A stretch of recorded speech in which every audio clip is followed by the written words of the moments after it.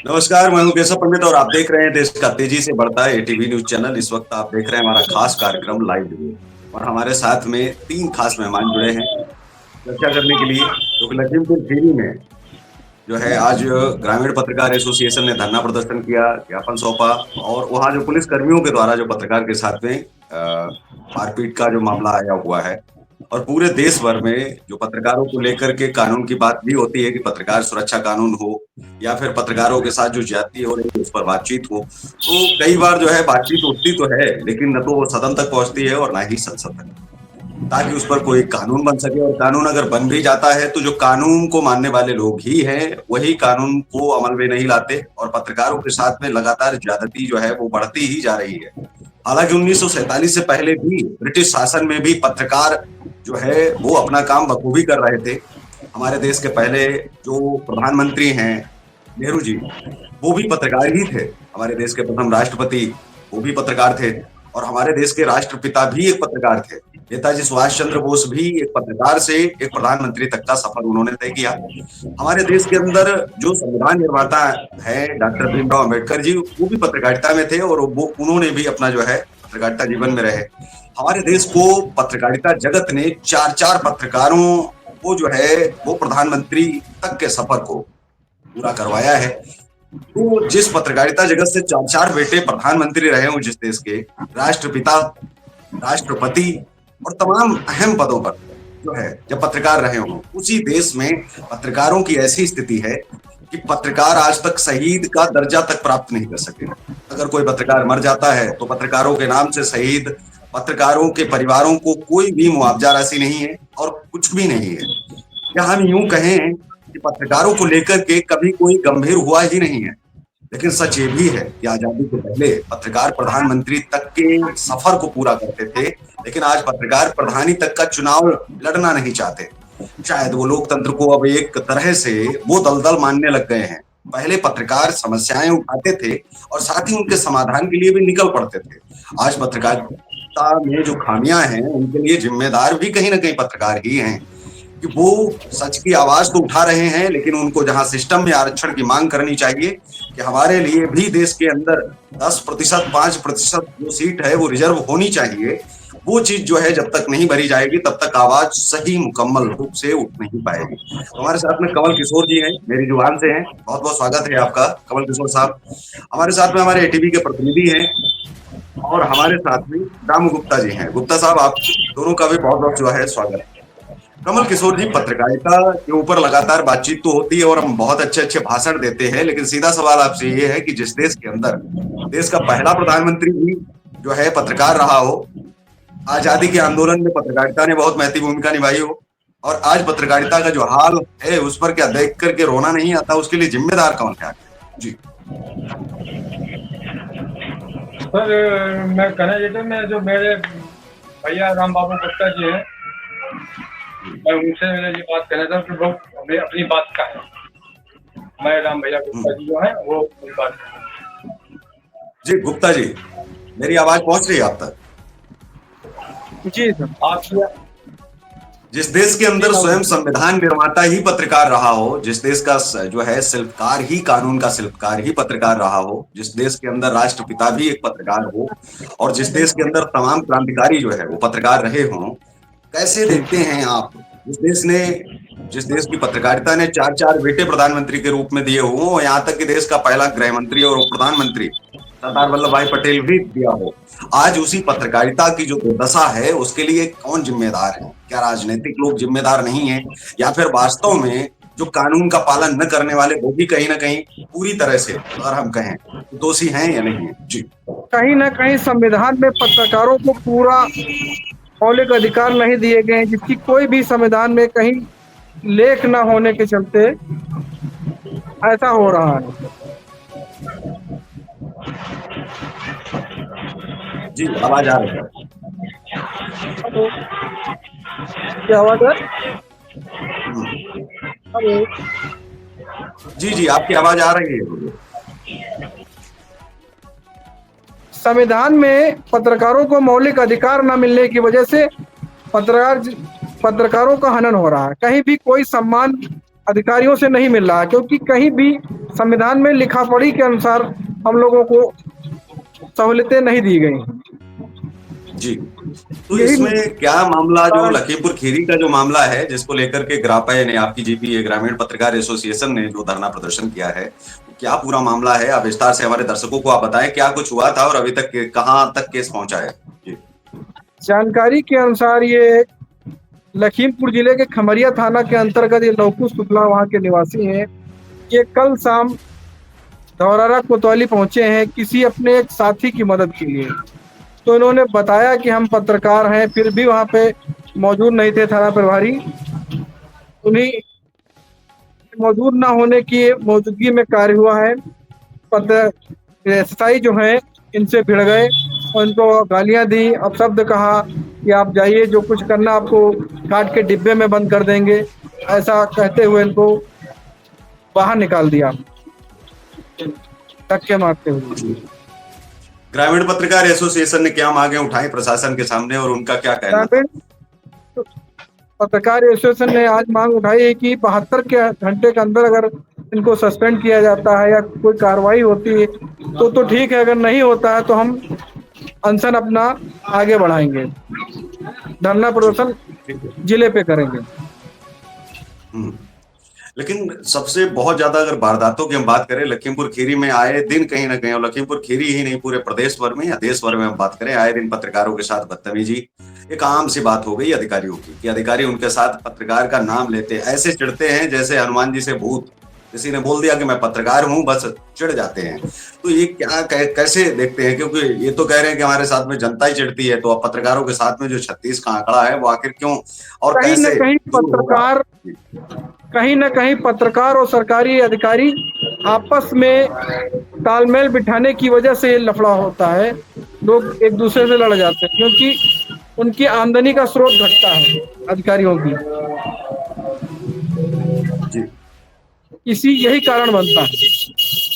बिल्कुल, देश के अंदर अगर वकील जो है कलम और अगर काला कोट ना हो तो बिल्कुल जीना दूभर हो जाएगा और लोगों को एहसास भी होने लगेगा। हालांकि ये दोनों चीजें होते हुए भी लोगों को एहसास होता है। ब्रिटिश शासन की याद कभी कभी ये अधिकारी दिला देते हैं, जिस तरह से पत्रकार सर हमेशा पत्रकार पीड़ित पक्ष की तरफ से जाते हैं। जी बिल्कुल। तो इस कार्यक्रम में आपने जो है देखा और आपने सुना कि लवकुश शुक्ला के साथ क्या कुछ हुआ है, उसको लेकर के ग्रामीण पत्रकार एसोसिएशन और तमाम समय समय पर जो है संगठन अपनी मांग उठाते रहते हैं और प्रशासन के सामने धरना प्रदर्शन करते रहते हैं। लेकिन अब सरकारों को भी एक समय आ गया है कि अब उनके लिए जो है पत्रकारों के हितों के लिए भी कुछ न कुछ करना चाहिए ताकि पत्रकार मजबूत हो सके। जिस देश का विकास करना हो उसके लिए जरूरी है कि उस देश का जो है लोकतंत्र के साथ साथ में पत्रकारिता का स्वस्थ होना बहुत जरूरी है और वो तभी हो पाएगा जब उसको बल मिलेगा एक सरकार की तरफ से, जब उसको भी बल मिलेगा कानून की तरफ से और उसके परिवार की रक्षा के लिए कोई कानून पड़ा आएगा तो निश्चित तौर पर पत्रकार जो है बेबाकी से बात रख पाएगा। अगर पत्रकार भी पक्षपाती होने लगेगा, पत्रकार के साथ इस तरह की अगर घटनाएं आएंगी तो निश्चित तौर पर आने वाले समय में लोगों का पत्रकारिता से जो है विश्वास भी उठेगा और पत्रकारिता लोग करने के इच्छुक भी नहीं रहेंगे। युवाओं को पत्रकारिता में लाना है और आवाज उठवाना है। देश में एक बैलेंस, शांति और जैसी चीजें चलती रहें। तो अब चलते चलते एक कमेंट जो है हम अपने प्रतिनिधि से भी ले लेते हैं। कैसे देखते हैं अतीक जब ऐसी घटनाएं आती हैं कि एक व्यक्ति जो 10,000 20,000 लोगों की आवाज उठाता है पत्रकार, और वही पत्रकार खुद की आवाज उठाने में जब अक्षम हो जाता है, आवाज उठा नहीं पाता है, तो कैसा, क्योंकि उससे ज्यादा असहाय तो कोई महसूस ही नहीं करता ना। क्योंकि एक आम व्यक्ति अगर जब कोई गिरता है तो उसको एक उम्मीद रहती है मेरी आवाज राजनेता उठाएंगे, मेरी आवाज मेरा संगठन उठाएगा, मेरी जाति के लोग उठाएंगे, मेरे धर्म के लोग उठाएंगे। तो पत्रकार का तो धर्म ही पत्रकारिता है। जब पत्रकार सबकी आवाज उठाता है, उसकी आवाज उठाने के लिए तो लोग आते नहीं है। जी बिल्कुल सर, बताना चाहूंगा कि जो हमारा इस समय देखा जाए जैसे कि लखीमपुर खीरी का जो प्रशासन है वो पूरी तरीके से इस हिसाब से पत्रकारिता के जो भी हमारे बंधु हैं, छोटे स्तर से जुड़े हुए और बड़े बड़े प्लेटफॉर्म के जो भी पत्रकार हैं, उन सबको एक नजर से ही पुलिस पूरी तरीके से इस तरीके से देख रही जैसे कि आम जनता के साथ जैसा बर्ताव किया जा रहा है ऐसे ही हमारे पत्रकार बंधुओं के साथ बर्ताव किया जा रहा है। और जैसा कि हम लोग धूप में निकल के जनता के लिए आवाज उठाते हैं और हमारी ही आवाज को बराबर दबाया जा रहा है। इसी प्रकार से आए दिन अगर इसी तरीके से हम लोगों के साथ ऐसी घटना होती रहेंगी, तो हम लोगों के अंदर भी डर बढ़ गया है कि हम लोगों के छोटे-छोटे बच्चे हैं, परिवार है, अगर कोई तरीके से जैसे कि अभी सीतापुर में एक घटना हुई थी, हमारा पत्रकार साथी एक जिसकी निर्वंश हत्या कर दी गई थी, उसका आज तक अभी पुलिस खुलासा भी नहीं कर पाई है। और आए दिन लखीमपुर खीरी के अंदर बराबर पत्रकारों के साथ शोषण किया जा रहा है कि जैसे कि उनका कोई वजूद ही नहीं है, जैसे कि वो बिके हुए हैं या कोई भी तरीके से। जी जी, बिल्कुल कि कमल जैसे किशोर कि जी, ऐसा लग रहा है जब कि उनका कोई पत्रकार वजूद ही जी, नहीं है। बिल्कुल जी, उनका कोई कमल वजूद किशोर ही जी, नहीं है आवाज आ और रही है आपको? इस जी, इस तरीके से बर्ताव कर रही है पुलिस। आने वाले समय में अगर हमारे बड़े आला अधिकारी अगर ऐसे ही हमारे पत्रकार बंधुओं के साथ, हम लोगों के साथ ऐसा ही बर्ताव करेंगे तो आम जनता का क्या होगा? हम लोग आवाज़ ही सत्यता की आवाज़ जब हम लोग उठाने के काबिल नहीं रहेंगे, तो आने वाले समय में सत्यता को पत्रकार साथी नहीं दिखाएगा तो कौन दिखाएगा यहाँ पे? इसी हिसाब से जैसे कि जिस हिसाब से करते जा रहे हैं, ये हमारे दौरारा में जो अभी घटना घटी है, इसके देखिए आप हमारे पत्रकार साथी ने अपनी परिचय भी दी, पूरी तरीके से बताया भी कि हम एक पत्रकारिता लाइन से हम एक पेपर से हैं और फिर भी उसको धक्के मार के, गालियाँ दे के कोतवाली और थाने के बाहर निकाल दिया जाता है। तो आम जनता के ऊपर क्या किस तरीके से बर्ताव कर रहे होंगे? मेरा एटीवी न्यूज़ चैनल के माध्यम से प्रशासन से यही अपील है कि हमारे जो पत्रकार बंधु हैं, उनको जो है एक जो इस तरीके से अभद्रता पेश की जाती है हम लोगों के साथ में, तो हम लोगों के साथ ऐसा बर्ताव ना किया जाए और आने वाले समय में जो हम लोगों को एक अच्छा मंच दिया जाए। जी सर।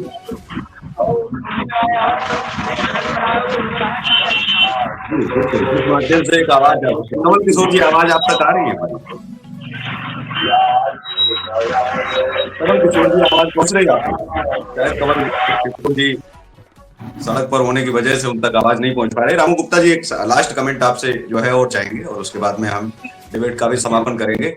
सवाल ये है कि एक पत्रकार सभी की आवाज उठाता है, चाहे जो पार्टी आप ले लीजिए, कांग्रेस है, समाजवादी पार्टी है, आम आदमी है, जितनी भी पार्टियां हैं, जितने भी राजनीतिक संगठन हैं, जितने भी सामाजिक संगठन हैं, जितने मानवाधिकारों के संगठन हैं, जितने महिलाओं के संगठन हैं, इन सभी संगठनों के लिए लगातार पत्रकार जो है आवाज उठाता है। लेकिन जब पत्रकार को आवश्यकता होती है तो ये सारे संगठन छूमंतर हो जाते हैं, गायब हो जाते हैं, दिखाई नहीं पड़ते हैं, सारी पार्टियां गायब हो जाती हैं, छूमंतर हो जाती हैं। जो ग्रापय कर रही है आज ग्रामीण पत्रकार एसोसिएशन ने किया है, तो इसके साथ जो है वो राजनेताओं को तो कहीं देखा नहीं गया।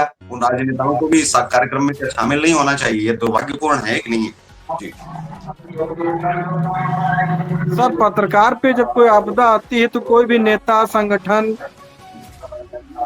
किनारा कर लेता है, क्योंकि वो नहीं चाहता है कि पत्रकार के झमेले में आए। और जब किसी को आवश्यकता होती, कोई प्रचार है, तब पत्रकार ही पूछा जाता है। इसकी जहां तक उम्मीद है कि शासन से पत्रकारों की उपेक्षा हो रही है, इसीलिए हमारे अधिकारीगण जी बेलगाम होते जा रहे हैं। बिल्कुल, एटीवी न्यूज चैनल की भी उच्च अगर अधिकारियों से भी अपील है, शासन इस पर निष्पक्ष रूप से कार्रवाई करने लगे तो प्रशासनिक अधिकारी बेलगाम नहीं होंगे और किसी भी पत्रकार को प्रताड़ित नहीं कर पाएंगे। बिल्कुल, आपकी बात बिल्कुल सही है और मैं समर्थन भी करता हूँ एटीवी न्यूज चैनल के माध्यम से भी उच्च अधिकारियों को और जो जिम्मेदार अधिकारी हैं उनसे और साथ ही सरकार के प्रतिनिधियों से भी एक सवाल के साथ में एक निवेदन भी है कि आप इस कार्यवाही का जो है इसमें संज्ञान लें प्रमुखता से और कड़ी कार्यवाही करें, ताकि आने वाले समय में इस प्रकार की घटनाएं जो है न हो सकें। क्योंकि पत्रकार को जिस देश में डराया और धमकाया जाएगा तो फिर हम उम्मीद ही छोड़ दें कि न्याय की, और फिर न्याय की हम बात ही करना छोड़ दें कि अब ये राम राज्य है। एक ऐसा राम राज्य है जहां पत्रकारों के साथ में जो नारद के वंशज हैं उनके साथ ही अगर ऐसा कुछ होगा तो निश्चित तौर पर आवाज उठेगी नहीं, आवाज और दबाई जाएगी और झुकाई जाएगी। और हम एक ही बात कहेंगे कि पत्रकारिता कभी नहीं झुकेगा, किसी भी कीमत पर भी नहीं झुकेगा। तो इस कार्यक्रम में बस इतना ही, हमें दीजिए इजाजत। नमस्कार और आप देखते रहिए देश का तेजी से बढ़ता है एटीवी न्यूज चैनल। जय हिंद, वंदे मातरम।